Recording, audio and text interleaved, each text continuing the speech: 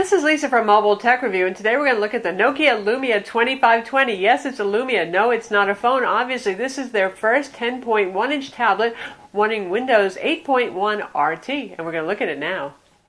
So here it is, the Nokia Lumia 2520, available on Verizon Wireless and AT&T. Unlike Microsoft Surface 2, which is going to get mentioned a lot in this review for what will become obvious reasons, this one is sold by carriers. There is no Wi-Fi version. Nokia has said they don't plan on coming out with the Wi-Fi version. So for those of you who are adverse to contracts or monthly payments for wireless service, this probably isn't the tablet for you. For those of you who need data anywhere, you really don't want to use a MiFi or the mobile hotspot feature on a smartphone, well, this tablet's for you.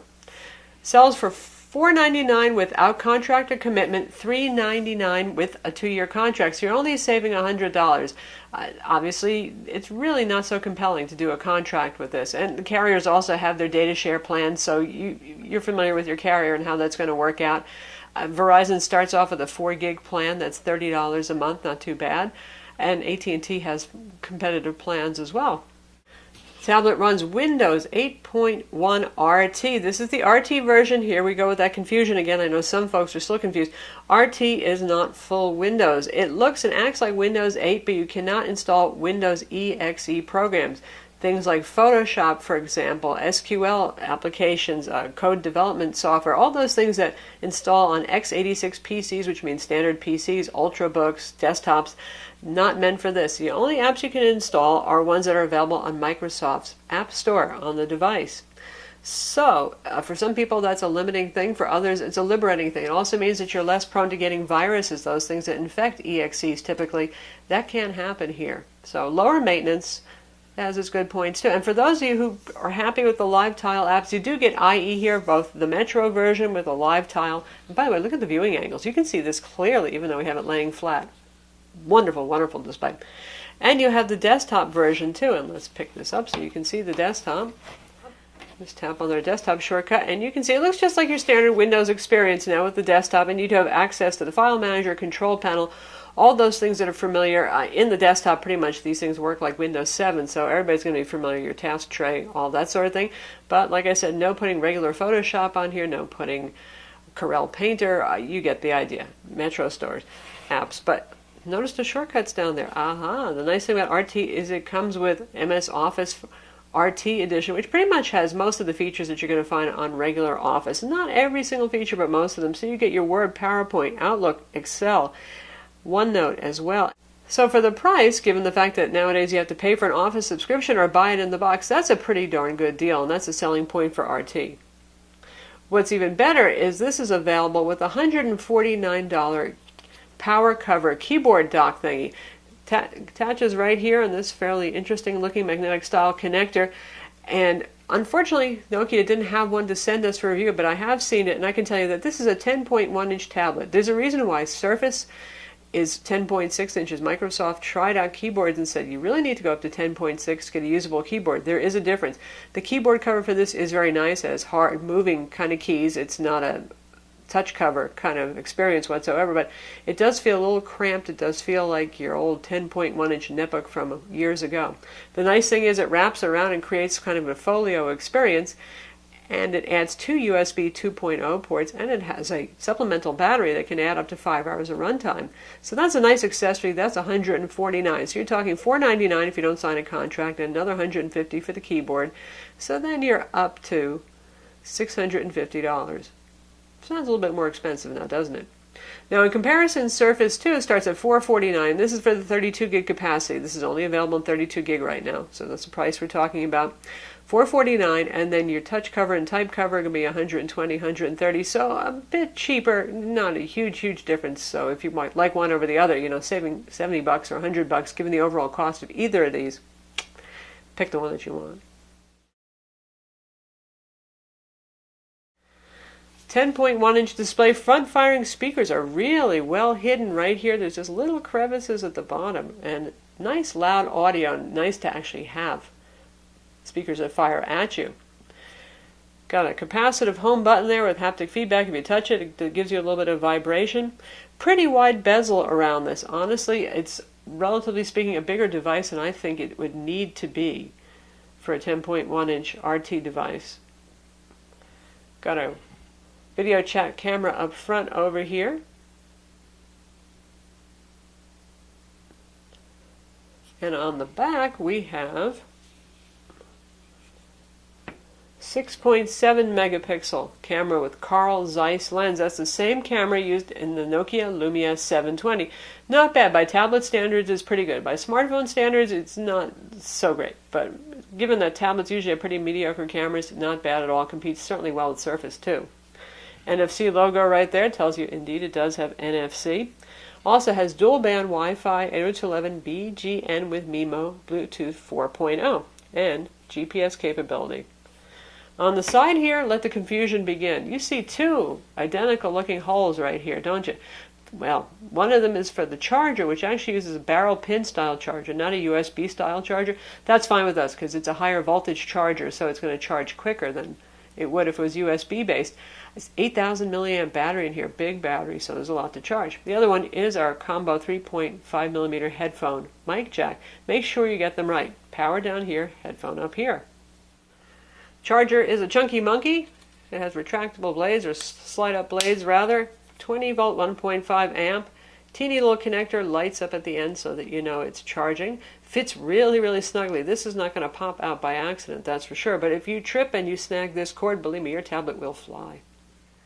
The tablet looks very slim, and it is 0.35 inches. It looks a lot slimmer than Surface 2 because Surface 2 has squared off edges. Tapered edges make something look thinner. They're actually the same thickness. This is 1.3 pounds versus 1.44 pounds for Surface 2, so it is a little bit lighter. Certainly for something that's running Windows RT, the weight's not bad. Not as light as a 1-pound iPad Air, but I find it tolerable enough. While we're talking about that, you'd think the tapered thing would be comfortable, wouldn't you, compared to the squared off sides of Surface 2? It's not. The corners actually manage to be pretty pokey in your hands. It's a little harder to grip because it's so thin and so tapered.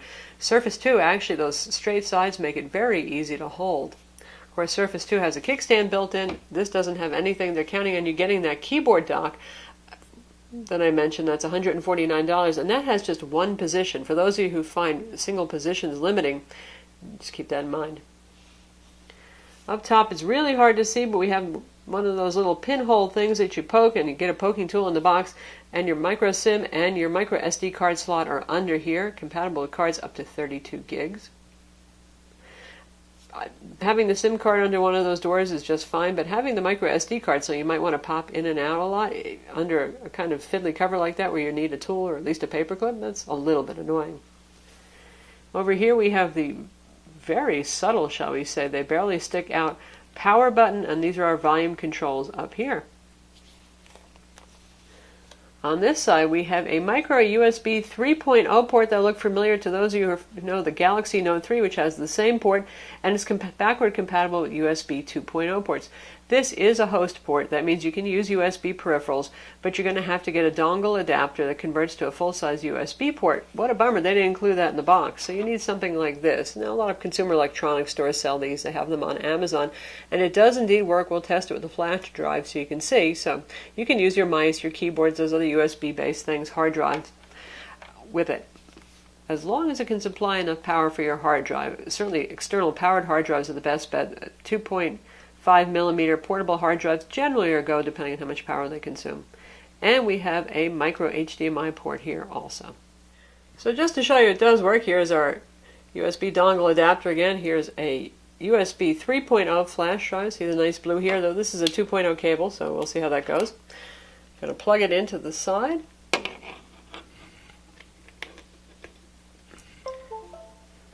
Makes a happy little Windows sound, and there it is, the contents of our flash drive. So yeah, it does indeed work.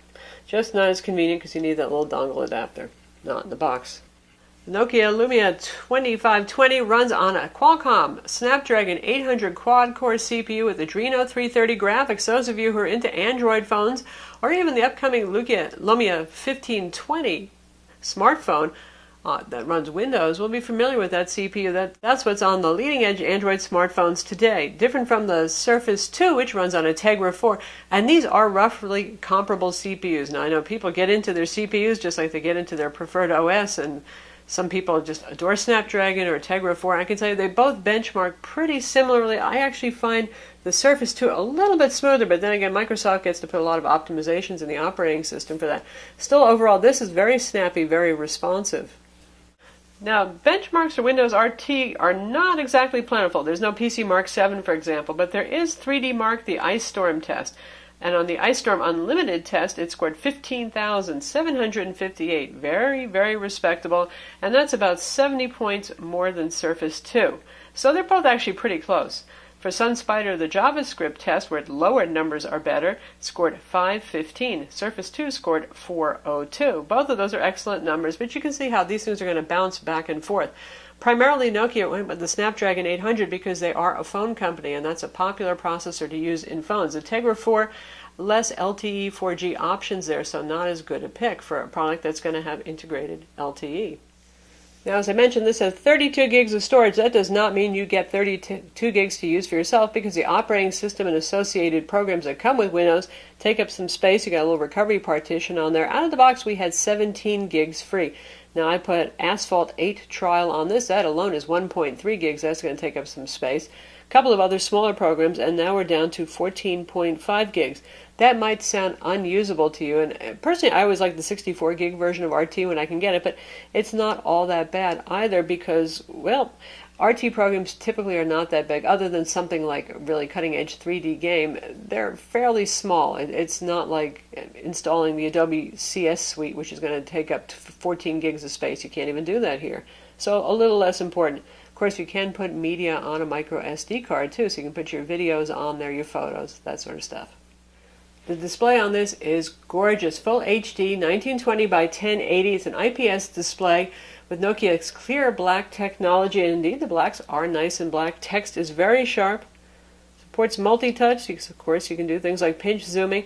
Also very bright for those of you who need to use this outdoors, which makes sense maybe with the 4G LTE model particularly, because if you need data anywhere, it means you may be on the go outdoors. If that's you, this has over 600 nits of brightness, so very bright, wildly bright, retina-inducing pain kind of brightness if you use it indoors and crank up the brightness all the way. Lovely, lovely display. Now, Surface 2 also has a lovely display, but it doesn't get that bright. It's at 300 nits. So for those of you where brightness counts, keep that in mind. Right now we're using the desktop version of IE. Flash Player is built in for both the Metro and desktop version, so you have full compatibility. And this leads into the Windows App Store. There are about 100,000 applications right now in the Windows App Store. 100,000 is a lot, but there's still some key players missing. Popular things like Flipboard are showing up, and you've got Evernote, quite a lot to choose from. But keep in mind, for mobile operating systems, a lot of apps are making up for the fact that you don't have a full web browser. So anything you can do via a web browser, whether it be accessing Dropbox, any online service, Amazon Instant Video, you can do that using the web browser here. So might not be as limiting as you think. Speaking of the App Store, this is what it looks like for those of you who haven't seen it. And as you can see, Flipboard is new, so it's being featured. Asphalt 8 is also available there. Photoshop Express. This is a very, very, very pared down version of Photoshop for the desktop, but it's better than nothing, isn't it? We'll take a look at that. Games are available. Certainly there's a lot of casual games, fitness stuff, a bunch of Nokia recommended things. And Nokia does include a couple of things like Nokia Video Director. It's not exactly iMovie, let's put it that way, but it's basic video editing. You get Nokia Camera and you get the Windows Camera. Nokia does this with their phones too, and it's just confusing as all heck, because you have two different camera apps and you try to remember what does what. In the case of the Nokia Camera application for this, other than changing aspect ratio, it really doesn't bring anything to the table, so I personally just stick with the Windows application. Skype is now a Microsoft product, so of course you get that. You get good integration with all Microsoft services here as well, SkyDrive, all that sort of thing. Very handy if you're going to use the Office suite, because you can sync everything to SkyDrive. And all the standard Metro apps are available on board. Nokia has a couple of other value-added applications. I think that probably the most exciting one for a lot of people is going to be Nokia Here Maps, especially for a device that you're going to be using anywhere that has a GPS and LTE.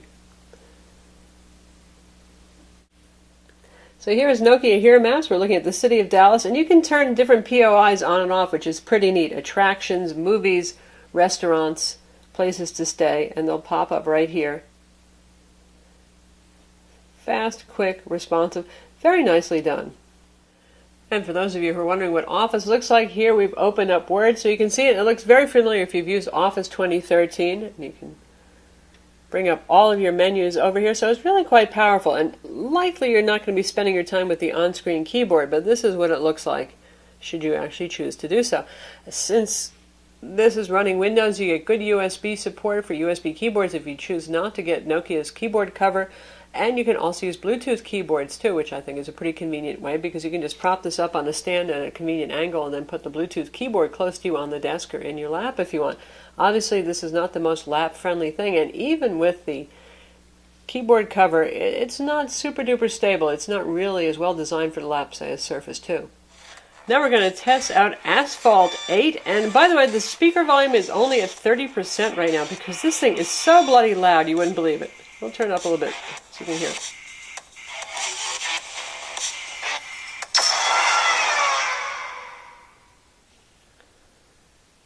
Not oomphy bass, but it's a 10-inch tablet. It's certainly plenty loud, though.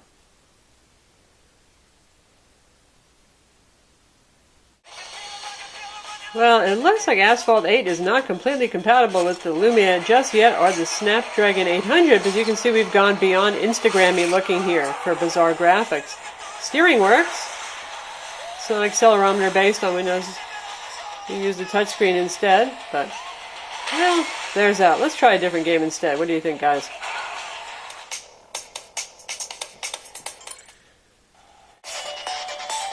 So, Riptide GP seems to work a whole lot better. I'm not very good at using the touchscreen controls, though. I'm used to the accelerometer based. And they're both over here in the corner. This is nice and smooth. Pretty well optimized for the mobile OS sort of CPUs like the Tegra and the Snapdragon. And again, those speakers were only at 30% volume right now because they're so loud. So there it is, a little gaming, which typically 3D gaming is one of the most demanding things you can do with the tablet. It works fine. The back of this is good old polycarbonate. Nokia loves their polycarbonate. This is obviously a matte black finish. Verizon will have it also in red. You know Verizon, they're big red, so they got to have it in red. It looks really very cool. It's like Ferrari red. It is glossy, however, so you've got something with tapered, rounded sides and being glossy too. It's a little bit harder to hold on to, and it shows fingerprints more. AT&T will have the black version. Overseas, you guys might be lucky. You might get cyan, you might get white. It has options as well. Tablet feels pretty sturdy. I mean, if you try really hard, you can torsion it, but why would you want to abuse your devices? You know what I mean? It's nice. It's well made. It's not the vapor magnesium you could kill somebody with it design of the Surface 2, but it's certainly nice enough. It looks like a nice premium product. Battery life is good on this. 8,000 milliamps is a lot of juice, and it does just as well as Surface 2 and other leading 10-inch tablets. Nokia claims 10 hours of use, mixed use time, and in fact we've found that, and that's with brightness set at about 40%, which is plenty bright enough for me for indoor use. That's really, really bright. So who's a Nokia Lumia 2520 for? Well, obviously, first off, anybody who's looking for a 10-inch, fairly portable tablet. Particularly, I think that this is going to appeal to those of you who want MS Office, since it's included, built in, and you're familiar with the whole Windows experience, the desktop, the way the file manager works, the control panel, all that sort of thing. You also, even though it's an inconvenient micro USB size port, you do get a USB host port here for using peripherals, and it's not too hard to find a connector to get going with those kind of peripherals on this. And between this and Surface 2, really, I think it's going to come down to whether or not you want 4G LTE built in more than anything else. For $50 extra, you're getting the LTE in here. Personally, I wouldn't worry about that so much because I'd use the mobile hotspot on my phone or a MiFi, more versatile, not adding more devices onto my contract, that sort of thing. But that's up to you. For those of you who really use LTE heavily, it is handy to have it built in. And of course, you could pick an Android tablet too. Now, we haven't seen as many 10-inch tablets coming out this year. It seems like a lot of manufacturers are focusing on making Windows tablets right now. But they're certainly a viable alternative, especially if you don't enjoy the Windows 8 experience. You'll still have access to the file system, and some of them have USB host ports, but support for USB peripherals is more limited. So for those of you who like those kind of creature comforts to use keyboards, mice, game pads, you name it, all those USB things that thin surface has certainly its appeal. And between this and the iPad, well, the iPad is a great product, but obviously it's a mobile operating system similar to the iPhone, and you don't have access to the file system, more closed down kind of ecosystem. You certainly can be productive. There are MS Office compatible suites that are available for the iPad, but really this is more straightforward if you live in office, for those of you who are looking for that kind of experience. So that's the Nokia Lumia 2520. Here in the U.S. it's available on 2 carriers, AT&T and Verizon Wireless. And as I said, if you really need 4G LTE everywhere, you don't want to use a mobile hotspot, then this is certainly a compelling alternative to Surface 2. And if you're looking at this compared to an iPad or any other mobile OS tablet, obviously you get a little bit more of that familiar Windows experience if you think Windows 8 is familiar. I know some of you are still avoiding Windows 8, but the power of the file manager, you get Office built in, so certainly some selling points here. I'm Lisa from Mobile Tech Review. Be sure to visit our website to read the full review, and don't forget to subscribe to our YouTube channel.